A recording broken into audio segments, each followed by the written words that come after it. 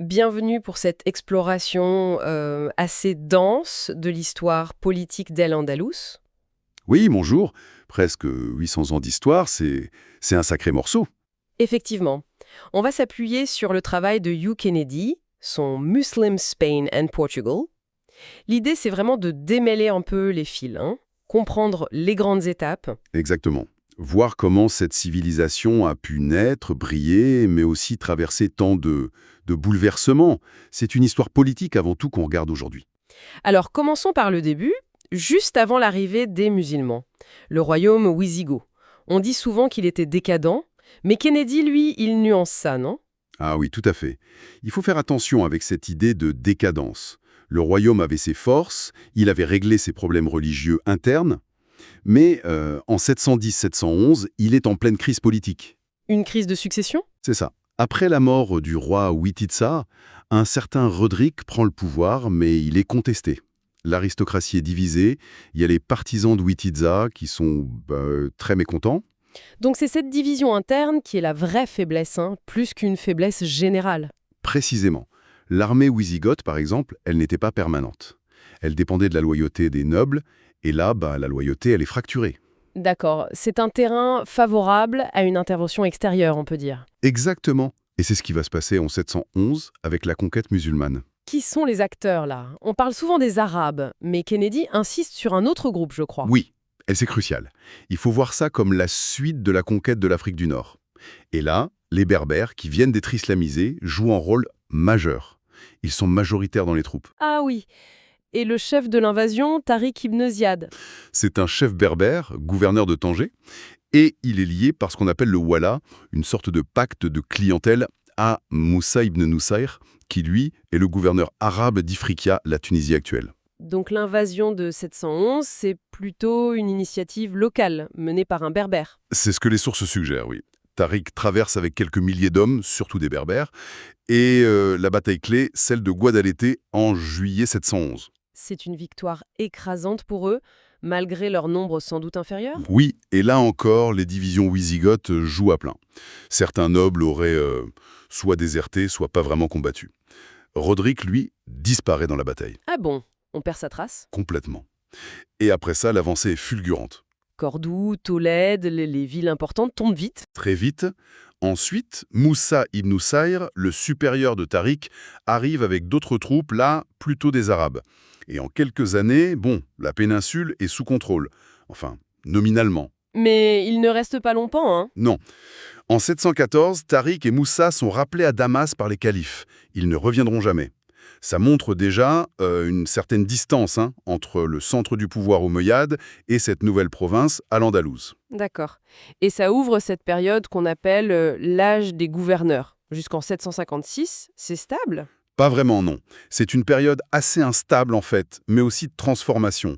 Contrairement à ce qui s'est passé en Orient, on ne crée pas de ville garnison dédiée. Ah, Les conquérants s'installent où ils veulent. En quelque sorte, oui. Ils s'installent, deviennent propriétaires. Cordoue est choisi comme capitale, un bon carrefour. La population musulmane est mélangée, des Arabes, souvent du Yémen, plutôt dans les villes, les zones riches, et puis les Berbères, un peu partout ailleurs. et ce mélange, ça crée des tensions. Énormément. D'abord entre les anciens, les premiers arrivés, et les nouveaux. Et surtout, il y a une très grosse révolte berbère en 741. Ah oui, pourquoi? Les raisons sont complexes, sans doute fiscales, des questions de statut aussi. Ça commence en Afrique du Nord et ça s'étend à Al-Andalus. C'est un soulèvement majeur. Et comment ils arrivent à la mater? Le gouverneur de l'époque fait appel à des troupes syriennes qui étaient stationnées de l'autre côté du détroit, à Ceuta. L'arrivée des jeunes Syriens, C'est ça ça. c'est un tournant. Ah oui, un tournant décisif. Ces Syriens, ils écrasent la révolte berbère en 742. Le problème, c'est qu'après, ils refusent de repartir. Ah, du coup, guerre civile. Exactement. Entre ces Syriens et les Arabes qui étaient déjà là. Finalement, on trouve un compromis. On installe ces Syriens dans différentes régions. On leur donne des terres contre leur service militaire. Quelles sont les conséquences de tout ça? Elles sont énormes. D'abord, la population arabe syrienne augmente beaucoup. Et ils amènent avec eux leur propre rivalité tribale, Kaïs contre Yamen, qui vont empoisonner la politique pendant longtemps. Et il y a autre chose d'important? Oui, et c'est capital pour la suite. Parmi ces Syriens, il y a beaucoup de Mawali, des clients fidèles à la dynastie omeyyade.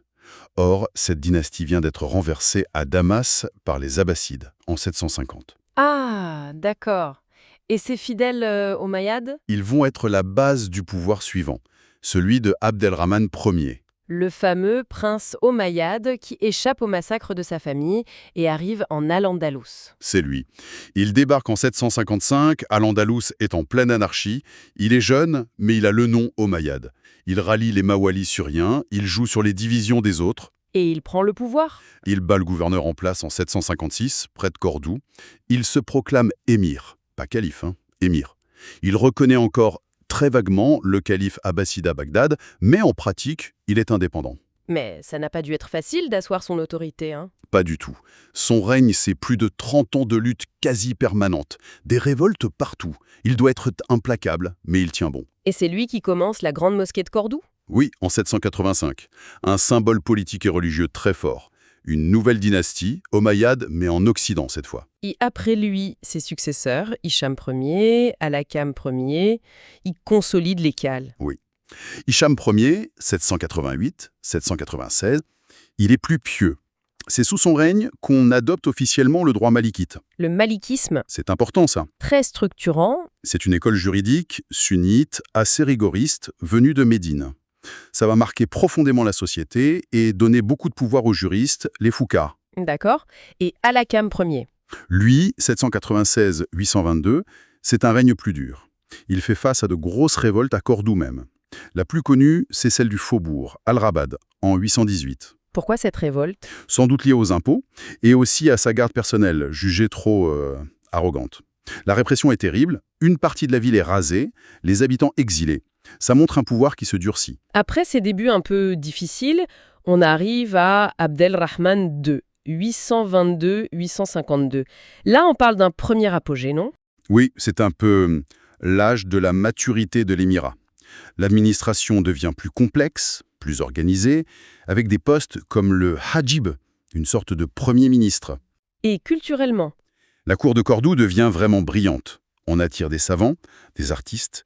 C'est l'époque où arrive Ziryab, par exemple, ce musicien et trendsetter venu de Bagdad, qui va influencer les arts de la table, la mode, la musique. L'influence orientale est forte à ce moment-là. Très forte.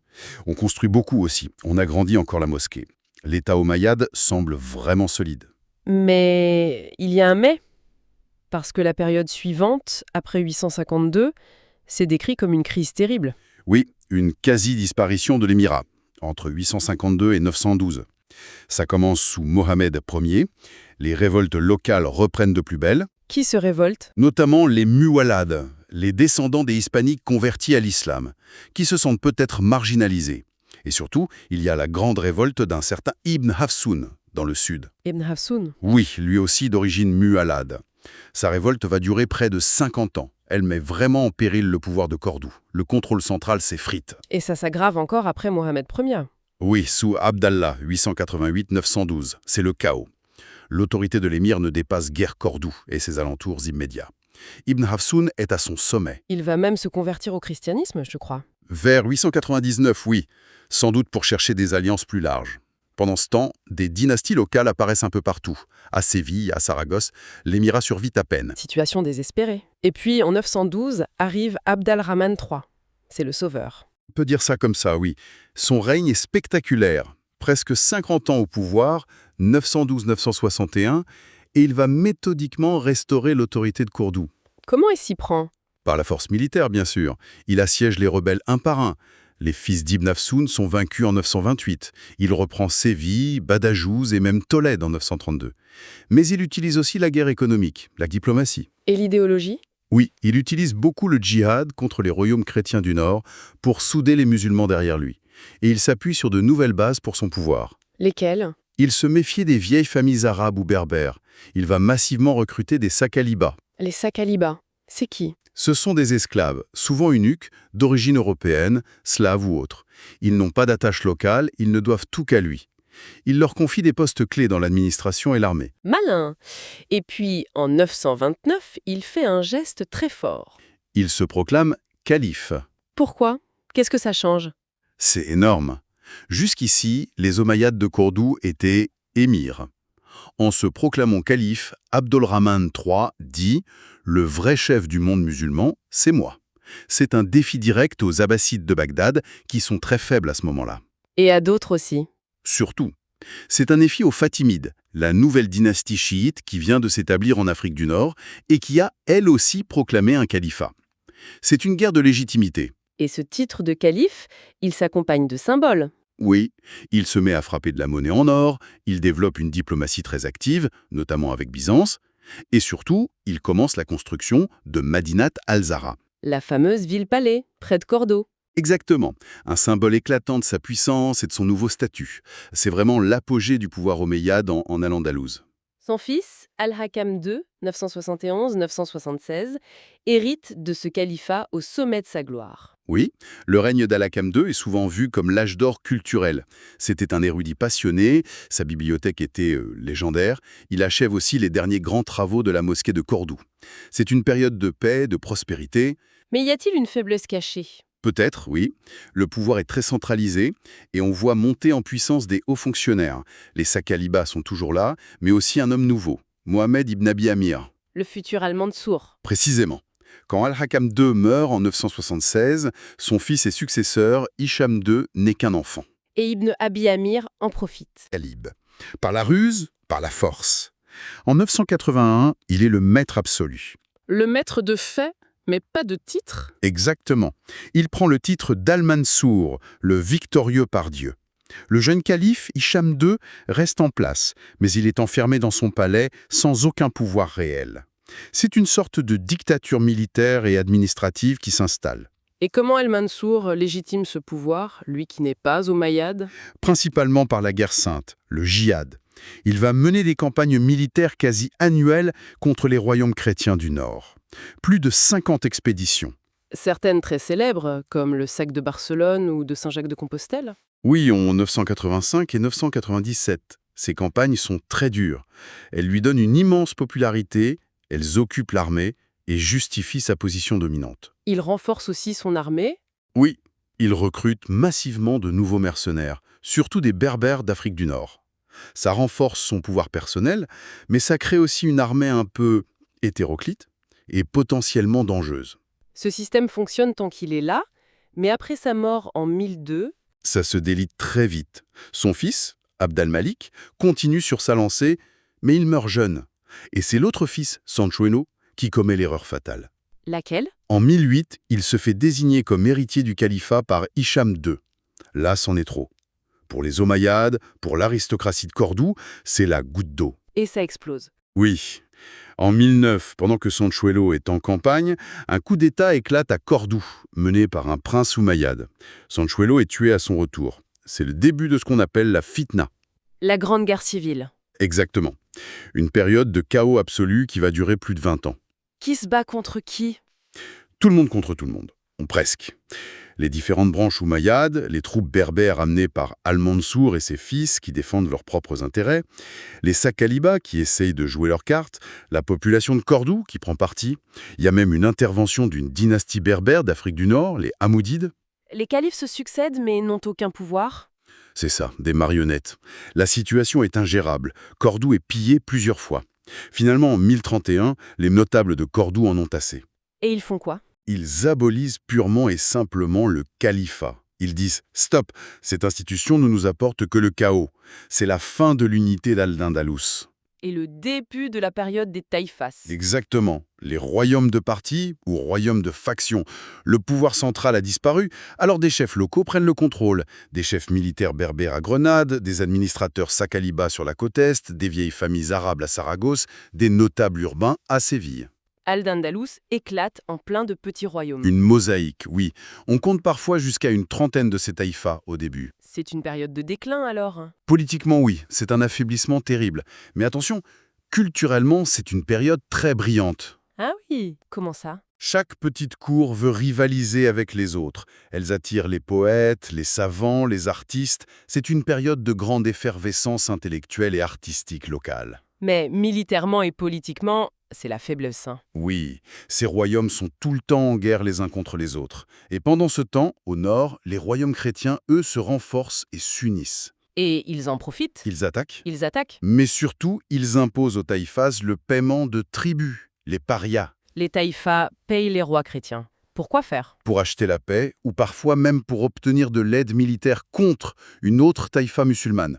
C'est un système complètement ruineux et suicidaire. Et le symbole de cet affaiblissement, c'est la chute d'une grande ville. Oui, la prise de Tolède par le roi Alphonse VI de Castille en 1085.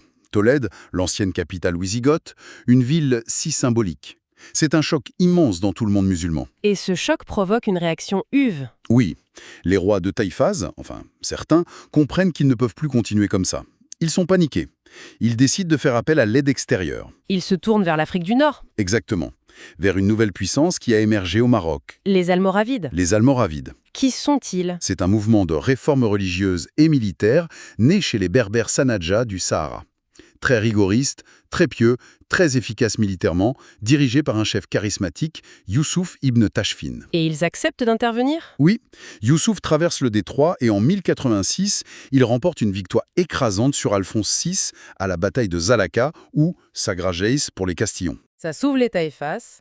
Temporairement, Mais Youssouf ibn Tashfin, voyant la faiblesse, les divisions, la décadence supposée des rois de Taïfas, et encouragé par les juristes malikites d'Al-Andalus qui n'aiment pas le luxe et les taxes illégales des Taïfas, il décide de prendre le contrôle lui-même. c'est ça. Entre 1090 et 1094, il revient et dépose tous les rois de Taïfas, un par un. Il unifie à nouveau Al-Andalus, mais cette fois sous la domination almoravide. C'est le retour à l'unité donc. Comment ce régime est-il perçu? Au début, plutôt bien par une partie de la population. Il restaure une certaine sécurité, il supprime certaines taxes. Mais assez vite, des tensions apparaissent. Pourquoi? Leur rigorisme religieux et culturel plaît pas forcément à tous les Andalous, qui sont plus raffinés, plus portés sur les arts et les plaisirs. Et puis, ce sont des gouverneurs berbères qui dirigent, ça crée des frictions. Et militairement, ils arrivent à contenir les chrétiens. Ils les freinent, oui, mais ils ne les arrêtent pas complètement. La pression continue. Par exemple, Saragosse est prise par les Aragonais en 1118. Donc leur pouvoir finit par s'user lui aussi. On dirait un schéma qui se répète. Tout à fait. Vers les années 1140, le pouvoir almoravide s'effondre à son tour en Al-Andalus, miné par des révoltes internes et par la montée d'une nouvelle menace au Maroc. Encore une? Oui, les Almohades. D'accord. Mais avant leur arrivée, il y a une nouvelle période de fragmentation. Oui, une brève période de seconde taïphase autour de 1144-1145. Le chaos revient.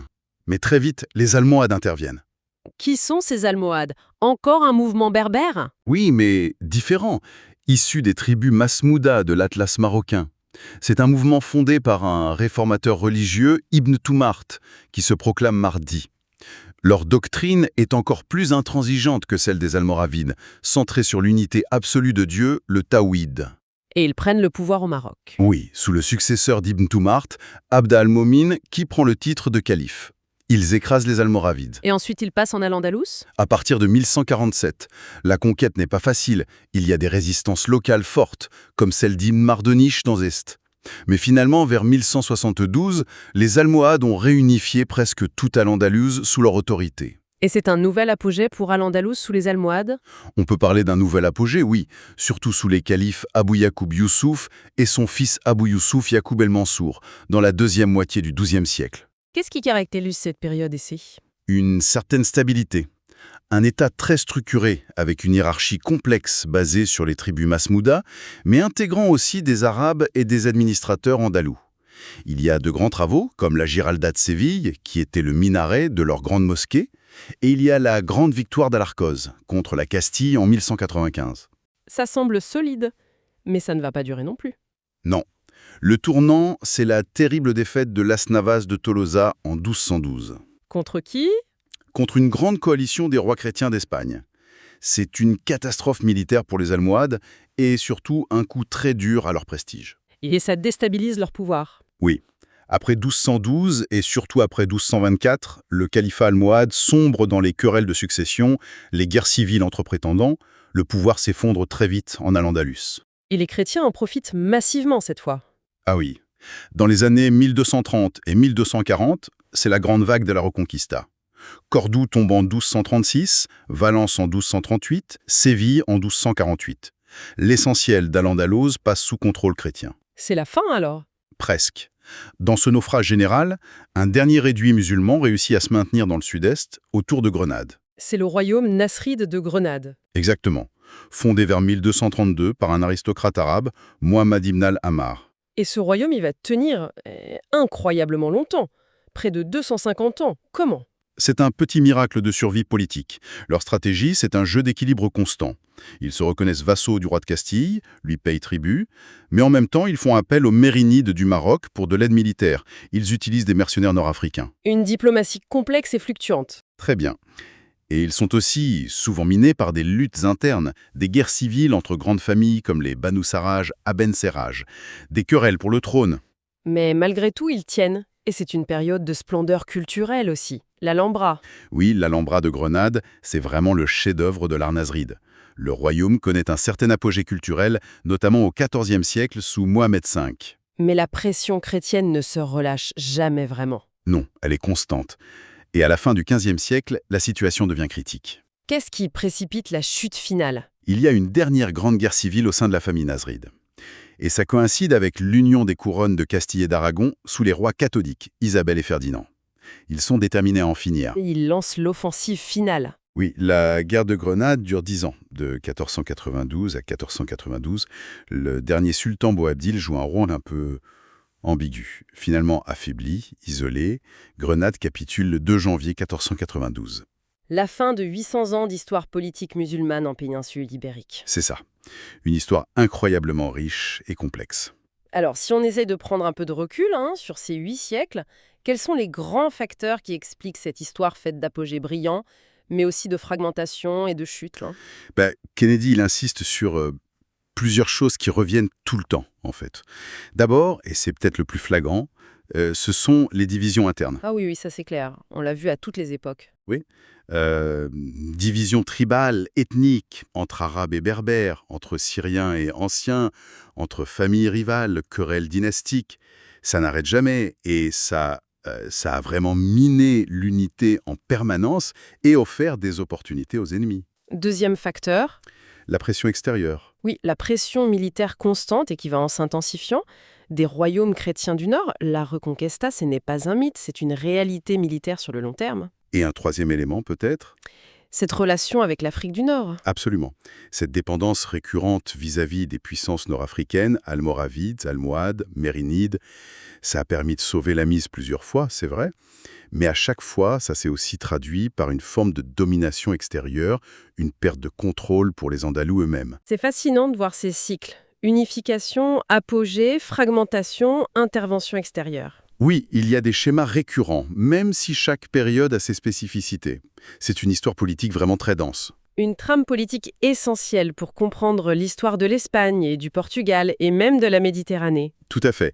Et au-delà de cette histoire politique qu'on a survolée, ça ouvre bien sûr des questions immenses sur comment vivaient les gens au quotidien à travers tous ces changements, comment l'économie, la société, la culture ont-elles évolué et interagi avec ces pouvoirs successifs. C'est une excellente question pour terminer. Ça donne envie d'aller creuser encore plus loin, au-delà des dynasties et des batailles.